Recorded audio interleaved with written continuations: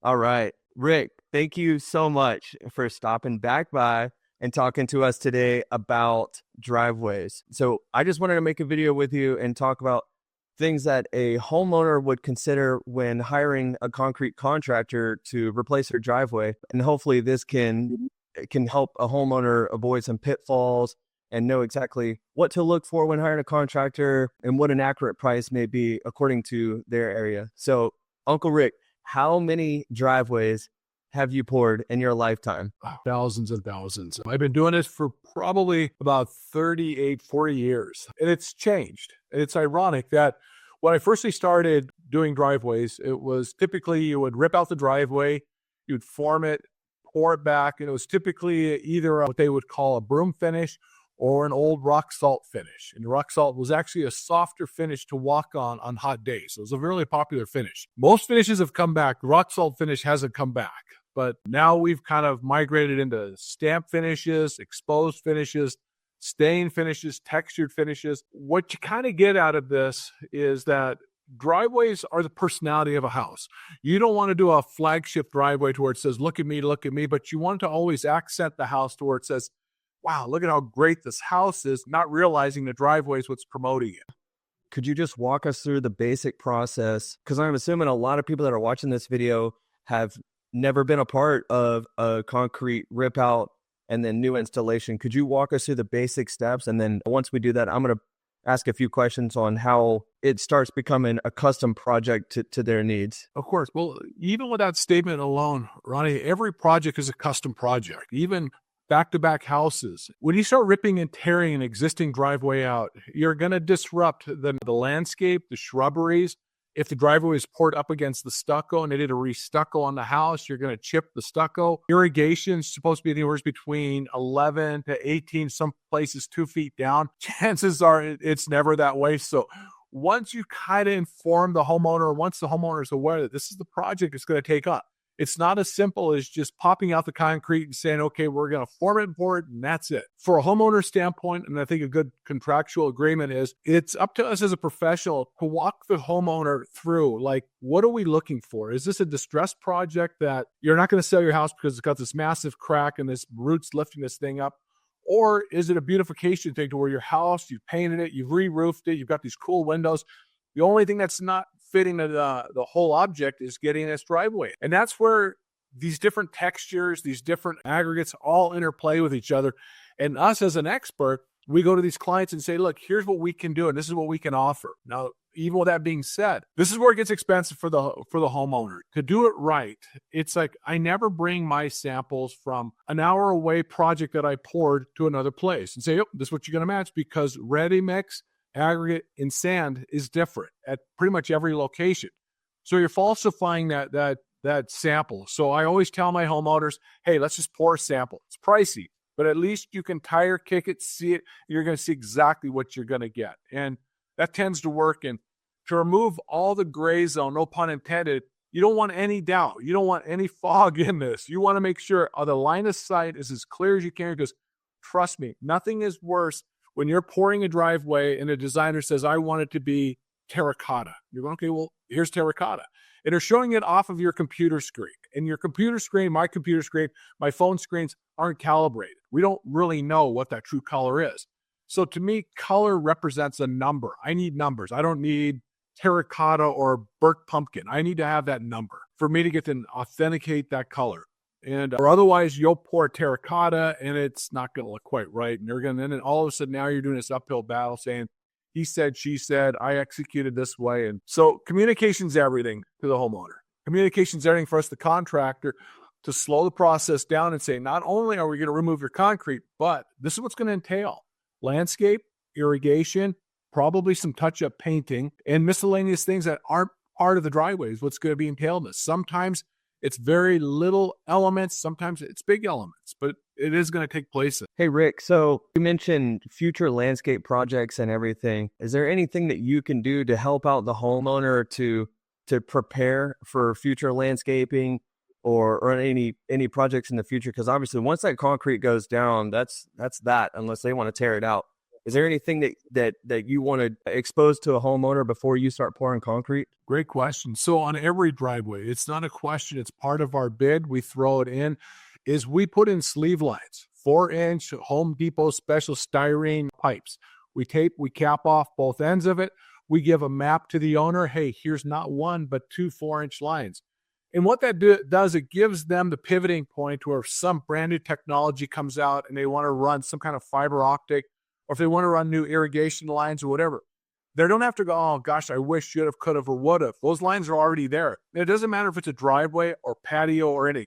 We sleeve line everything because we really don't know what's around the corner. So yeah, that's preemptive. That's taking charge of what's going to happen in the future.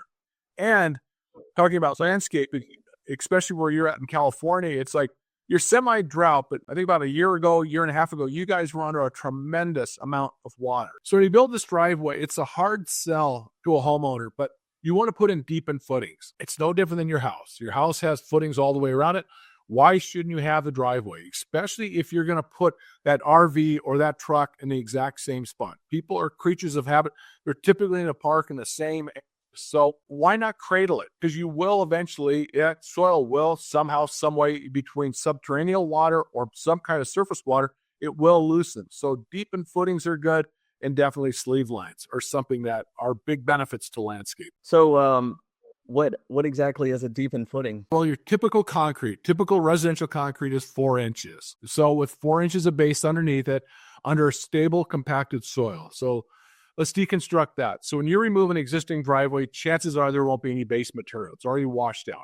So you're going to remove their 3.5, 4 inches of existing concrete. You're going to remove an existing 3 to 4 inches of existing native soil or whatever their base material was. You're going to install either a class 2 crushed road base or similar to. Basically, you're going to put a base material with little to no expansive materials into it, like clays or any other type of expansive materials in it. Once you put that down, you're going to wet it, compact it. You're going to get it to approximately 90% or above. That's where your strength lies in on a driveway. It's really not in the concrete. It's only as good as the subbase.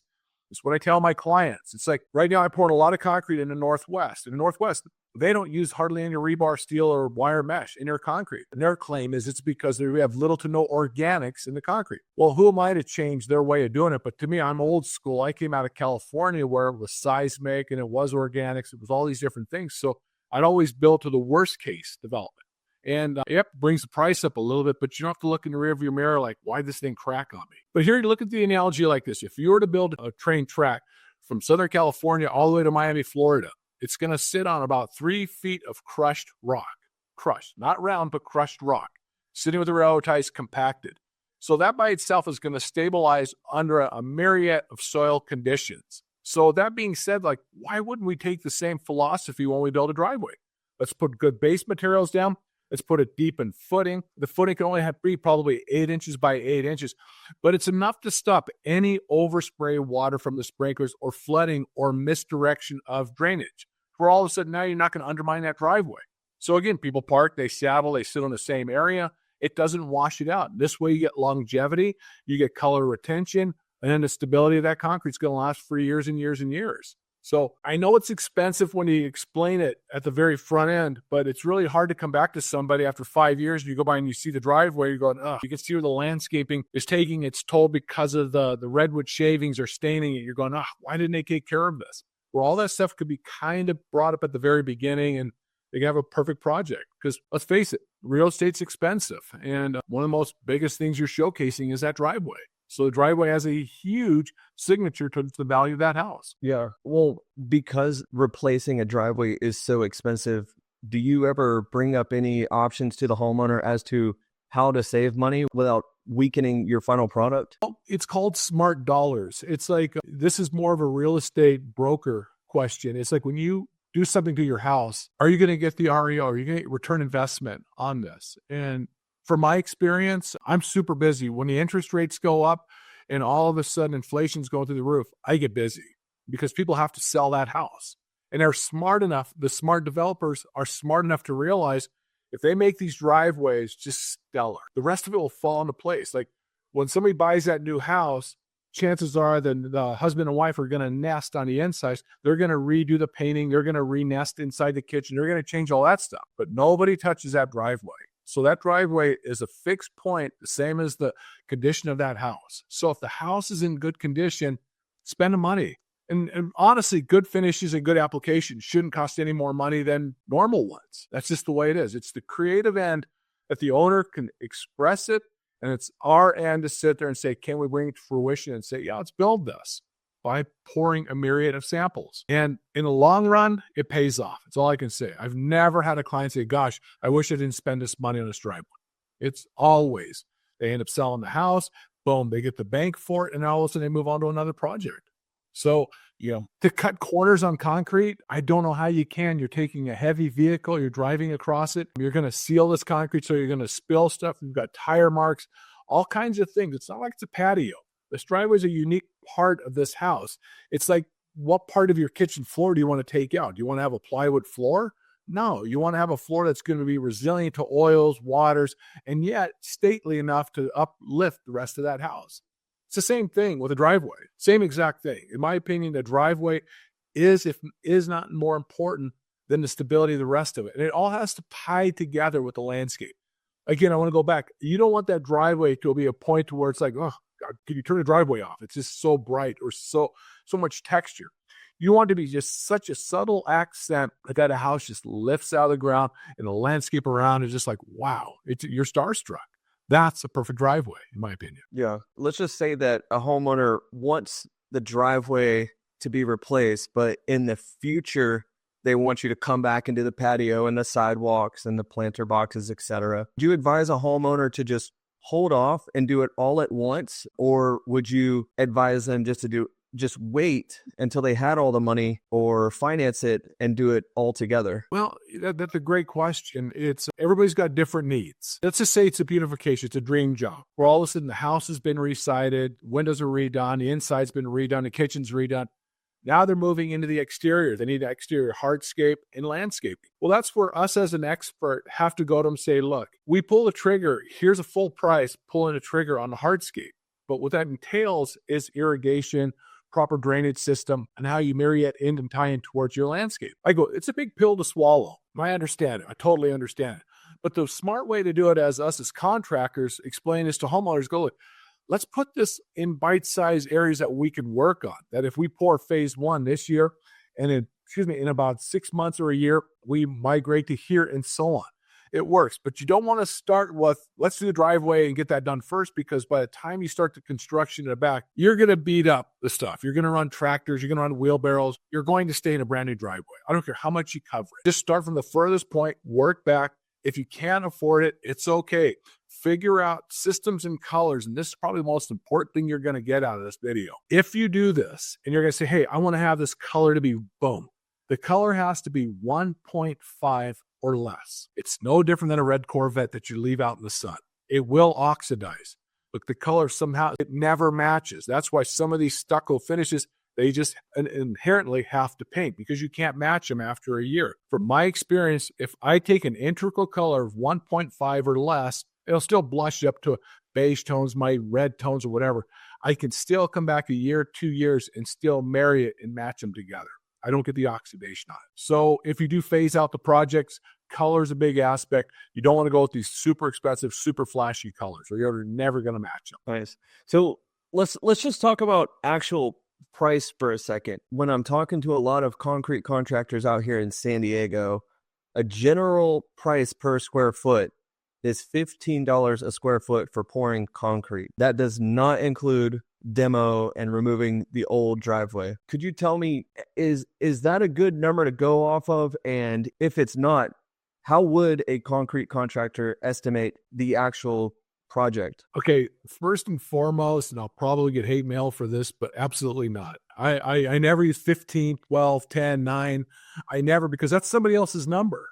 That's not my number. I methodically go through every detail of this job, looking at a driveway, what's entailed, communicating with the ownership, what their dream is, and I put together this whole process. And once I can package this thing up and I get my hard numbers, I know my labor is going to be, I know my material is going to be, I know all the things, but there's also one aspect that people miss out. It's called the degree of difficulty. You don't know what's entailed. So you have to preemptively look. If this thing is a hillside, if it's a steep driveway, it takes a little bit different application other than if it's a flat driveway. If it's going downhill, it looks like the water's going to go into the garage. It's a different application. That's the drain systems now. So there is no, and I don't want anybody to ever use a box, $12 or $15 a square foot. That's somebody else's number. That's not my number. Now, your number is being with a good contractor that can systematically listen to every word you say and say, okay, this is what I think under our interpretation, our communication. You're looking for ding, ding, ding, ding, ding. This is what I have to do to facilitate it. This is my application. This is my execution. This is my price. That's what I represent. That's it. Sometimes you'll be surprised. I've done concrete that started at $87 a square foot because it was so technical and the finishes had to be so precise. I couldn't just pour it in the standard pour. So everything going back to the degree of difficulty interplayed into this. So we're like, okay, normally this job would be this way here. And sure, when I presented my bid, they're going to go, Rick, your price is like, coom. I go, I agree with you, but let's go through this. And systematically went through every aspect of what this job should have been at. And by the time I was all said and done, the client goes, honestly, I don't know how you're going to make any money at $87 a square foot. And I go, yeah, that's my point. So to come all the way around the whole conversation again, I do not use a square foot price. People are looking for trying to fill in that void. Homeowners as well. There is no such as a fixed number. Every project is different. A good contractor will sit down with a client and bring up answers to asked questions. Big deal. That's a big deal. They're going to bring up things. Hey, when we do this, we're going to address this because this is why your concrete failed. We're going to do this, and we're going to apply this. That's how this driveway needs to be done. Or you're not going to get the longevity out of it. And us as professionals, we have to be honest. Say, look, this is it. And some people want to have a driveway that's really steep and we want it shiny. We want to seal it. We can't. Even if they sign off and say, oh, you want this. No, us as professionals, no, it's going to be harmful. We can't do it. So yeah, I think to kind of simplify it, meet with a client, go over it, meet a contractor that's well-versed at communicating and listening to what you're talking about, and see if you guys can have this commonality and build this amazing project. That's how it's done. Could you talk us through some of the basic things that a homeowner could do to take a general 4-inch slab and make it look somewhat slightly custom while staying within a certain budget that they may have in mind? Yeah, let's vision the house. Okay, if the house is, let's say it's on a cliff overlooking the beach, right? I don't think a dark brown, heavy exposed textured driveway would be for it. You'd want to subtly bring it down because it's going to be extremely hard to walk on. I don't think a heavy texture would be it. The big finishes right now are exposed finishes. Your light sand finishes. They call them Old Pasadena because it kind of resembles the old Pasadena walkways. These sand finishes look really, really good, but they're almost too organic to be on a beach job. So you have to kind of put it together and just saw cut it, where now you've contained all this organic movement. Now you've got these lines going in. Instead of single blade, you double blade it so it looks like it's almost cut stone. Then all of a sudden, these are pennies above your price, because all you're doing is adding a topical surface retardant and you're saw cutting it, which it's a little bit more expensive, but you're not out of the bank yet. Where do you start breaking the bank? Where all of a sudden, where you start to push it? When you do multiple pours. When somebody wants to have, hypothetically, a heavy exposed aggregate band running around a driveway and a light color sand finish on the inside with intermittent banding in between it. Takes a tremendous amount of effort to establish the elevations, to pour the banding, and to pour the fields, and to make sure everything stays clean, sanitary, and professional edges and joints. That's where prices go up because, frankly, you're just throwing a lot of man hours at it. You're putting heavy artistic finishers on top of this. You mentioned the prep. Could you talk about how important it is?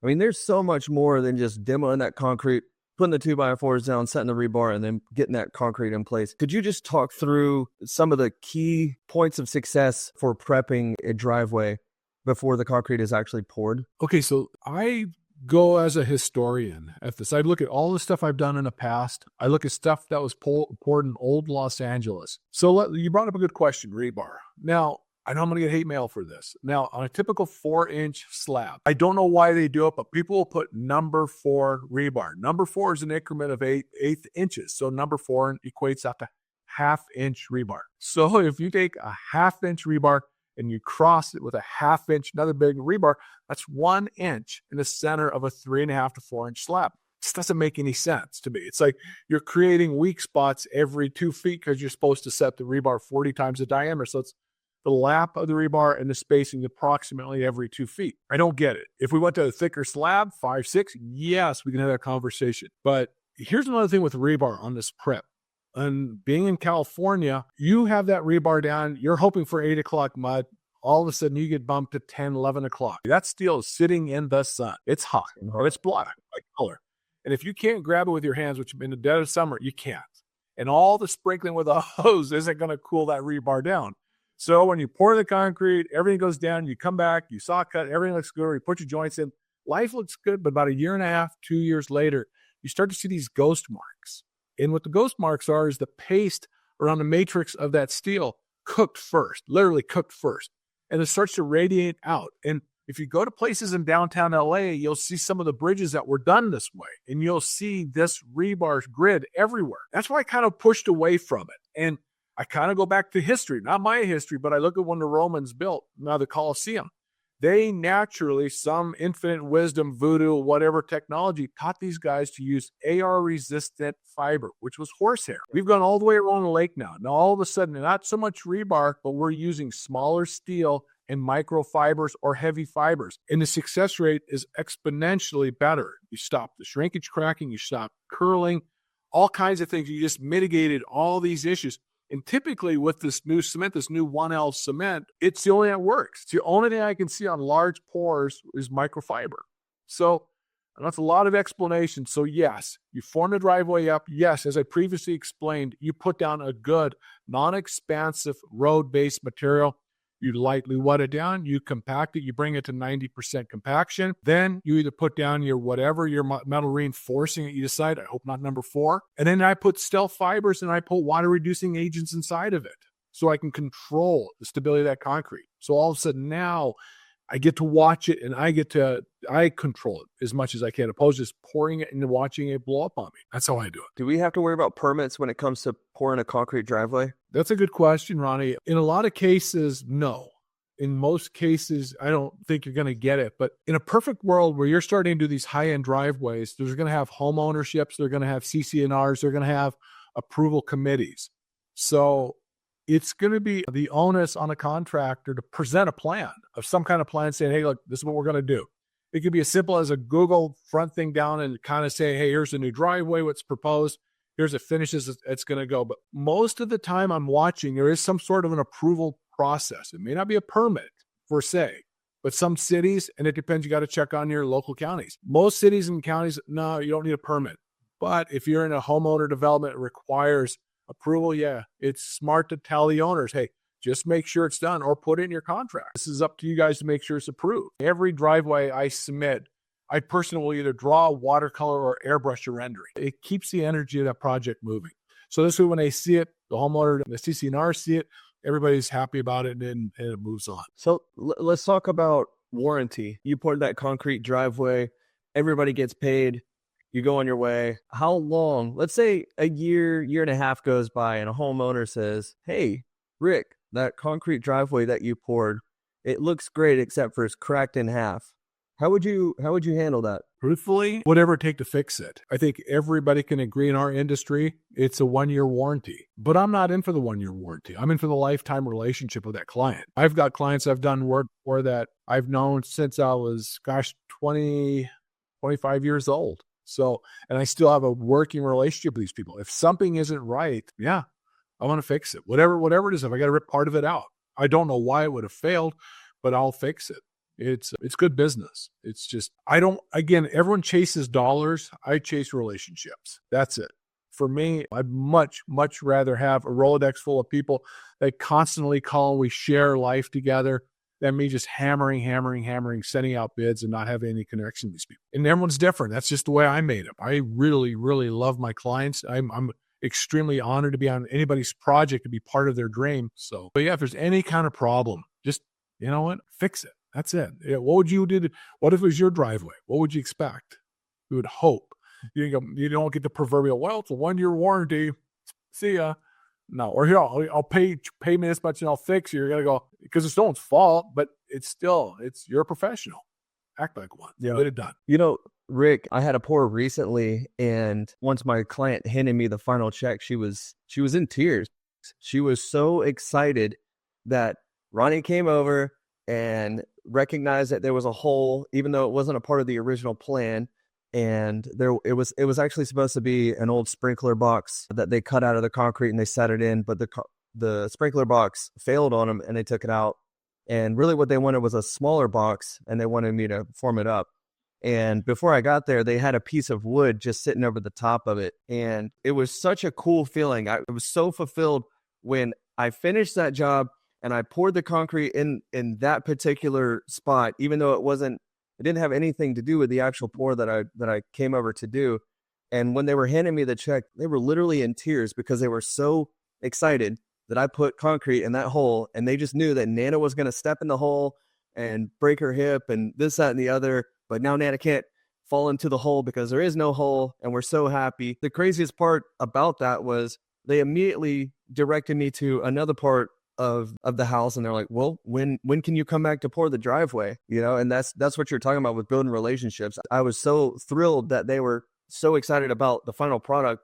But then on top of that, now I'm coming back this year to pour the driveway, and they have been some of my biggest fans. They took a stack of my business cards and have been passing them out like it's Halloween candy. It was an amazing feeling. And, you know, once you start building relationships like that, it's kind of hard to let them down. So if they do call me back and say, hey, something happened with this concrete that you poured, I don't even have a choice. I wouldn't even think twice about it. I just immediately get it out of the way and make sure that they were as happy as they could be. You know, it's a win-win. But isn't that the whole meaning of this entire video we're doing right now? Is to demystify the homeowner, to say there is good people out there, and take your time, meet them. And if it doesn't feel right, it's not right. It's just the way it is. But all of a sudden, if you meet a contractor, it's not a price-driven business. It's not. It's a relationship-driven business. And most of my designers, they pigeonhole me because they know their clients want something that are so off the cuff or so out there, and my mind will come out like, Rick will do this. And I'm not going to lie to him. Well, look, give me 15, 20 days to see if we can put these samples together and do it. And sometimes you knock it out of the park and go, look, I need more time. All of a sudden you start this commonality, and next thing you know, these projects roll, and you walk around with a smile on your face. The client's walking around with a smile on their face that somebody actually heard them, and it works. It's like, our work is expensive. And my father taught me, he goes, Rick, work hard, tell the truth, own your liabilities. That's it. Well, with those three simple concepts, I've been in business, it's been closer to 40 years pouring concrete. I've never seen the inside of a courtroom. I've never been sued. I've had disgruntled clients. I've had unhappy clients. But you know what? That's part of being a professional. Yeah, I'm a big boy. I signed on a dotted line. I'm going to have these clients. But before I left, those clients were happy and everything went perfect. If the driveway crack, I'll fix it. If it takes taking the driveway out, yes, I'll take it out and redo it. Being a professional, I'd much rather have the communication and have the relationships than having just a ton of bids going out and not having any connection. But I go, that's just me. I really, really, really enjoy the fact that somebody said, hey, can you help me build my dream? And they believed in me enough to where, yes, I'm going to do it. It's the highest honor as a contractor that we're given. And I don't take it for granted in the least bit. And that's why I'm constantly learning for what's next, what's better, what can we do to improve. It's hard for somebody to sit there and develop and create. So when you get to be in that situation, I think it's the greatest position as a contractor. So that's it. You know what else builds really good relationships, Rick, is when a contractor writes up their contract and they have a laundry list of contingencies just to make sure that everybody's on the same page from start to finish, what is to be expected from both parties. However, that is all the time we have for this video. But if you guys want to hear about what Rick thinks about making sure your contingency area in your contract is perfect, feel free to click right here. Other than that, thanks for watching. Ronnie, thank you very much. Later, Rick. Later.